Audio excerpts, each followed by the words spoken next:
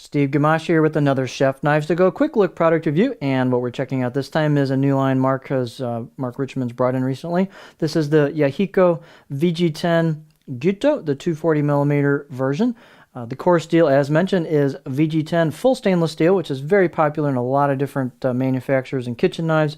If properly heat treated, it's a good steel. This particular one's treated about Rockwell 60, and the construction is a 3-layer sandwich with softer stainless steel cladding on either side of that core steel. And so you can see the cladding line is pretty easy to spot on these knives. It's easy to see that sandwich effect there.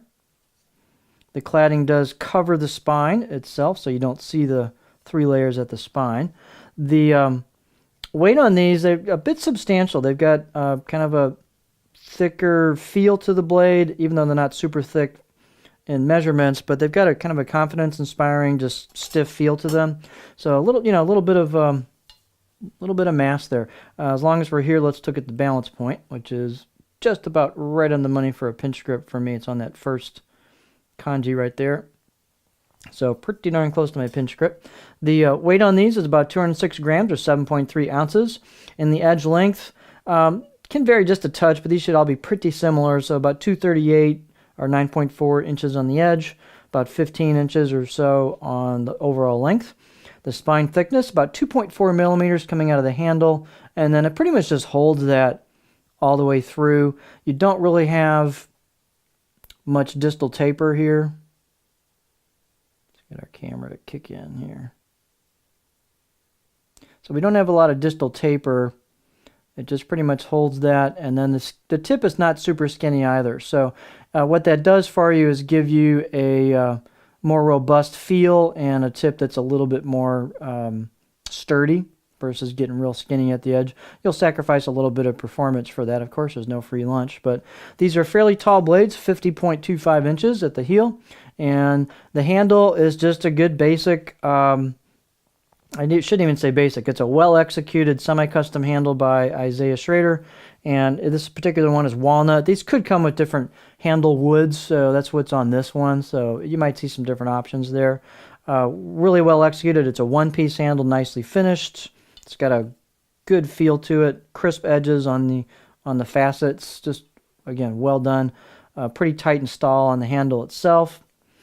One characteristic that popped out for me immediately on this knife is it's got a rather wide neck, and so to match that, Isaiah had to create a handle that was a little taller to match the width of the neck. So the overall handle size is about 79 millimeters circumference or 3.1 inches.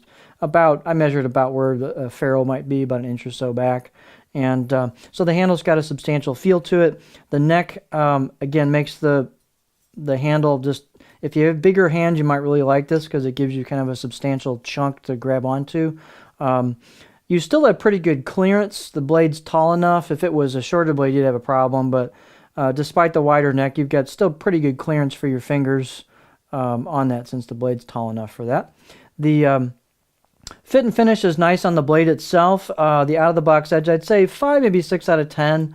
The grind is a good 50-50 grind all the way down to the edge, and then the actual edge on this, bevel-wise, I'd say it's about 40% on the left and 60% on the right as far as the actual width of the bevel. So a little bit wider on the right side of the blade than the left side of the blade, but it shouldn't really have much effect on if you're a lefty steering or anything like that. Or if it does steer a little bit, you could grind a little more on the left side and bring that back to more of a 50-50 ratio if you wanted to, so don't get too caught up on that. These do have a bit of a polish on the right side of the blade that kind of thins it out down towards the edge, and not so much on the left side of the blade. The close-up of the blade, you can see machine finish, vertical machine finish on it. You can see your core steel there showing through with the cladding line. They did some polish on the spine, but you can see we've got some spots here.